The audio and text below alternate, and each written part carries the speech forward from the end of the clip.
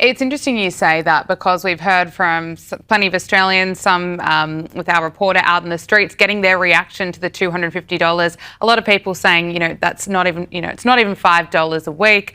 Barely helps us. I think a lot of people are very angry about this budget, particularly after voters were essentially lied to. They didn't take this budget to an election. Time will tell whether this government will be able to get away with it. But I suspect that more people will be flocking to you, Pauline. But the question will be, I suppose, because our trust has been broken by the people in Parliament at the moment. Will they be able to trust you? Yeah. Look, I've been very consistent with my message for a long time, and the guts of the matter is mass migration has put us in the situation that we are. The government has only brought in all these people in the country to prop up their GDP. They've actually created this inflationary reaction that we have. The interest rates have risen higher than other countries around the world, and it's not working. So they are abusing the Australian people. It's the people out there that are living in poverty. The cost of living has risen because of the net zero impact. The cost of electricity drives cost of living in the average household.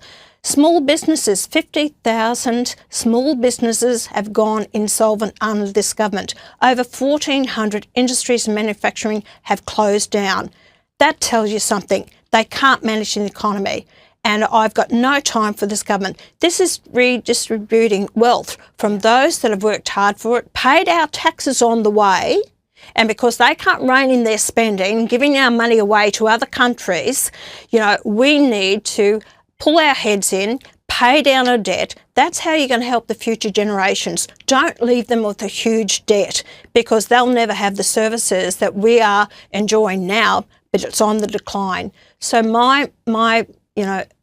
what I'm trying to do, bring back industry, manufacturing, productivity, real wages, reduce your cost of living, get rid of net zero, get rid of the department altogether, allow the farms to farm and get rid of all these solar panels, wind turbines on it. That is not improving at all. Hello friends, grocery bills are climbing. Rents are at record highs. Petrol has been sitting above $2 a litre. And One Nation leader Pauline Hanson has a very specific explanation for all of it, and she is not shy about saying it. Welcome to Federal Analysis. Let's get into it. Hanson's argument, which she has been making consistently for some time now, is that the Albanese government's migration policy is a primary driver of Australia's inflation problem. Her position is that high levels of net overseas migration have boosted population numbers in a way that has pressured housing, services, and infrastructure, and that this demand surge has fed into the broader cost of living squeeze that Australians are currently experiencing. It is a politically charged argument, and it is one that touches on a genuinely complex economic question. So let's look at what the data actually says, because this deserves more than a soundbite. Australia's annual inflation jumped to 4.6% in March 2026, up from 3.7% the month before, marking the highest reading since September 2023, and remaining well above the Reserve Bank's 2 to 3% target band. The cost pressures are real and documented. Nobody disputes that Australians are doing it tough right now.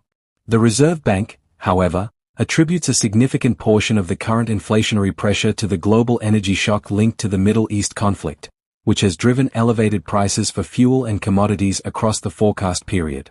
That is a global factor, largely disconnected from domestic migration settings. Economic research has found that immigration adds to both the supply and demand sides of the economy simultaneously.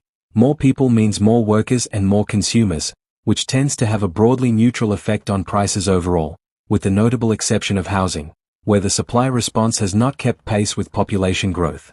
Housing inflation in particular has been a sustained pressure point.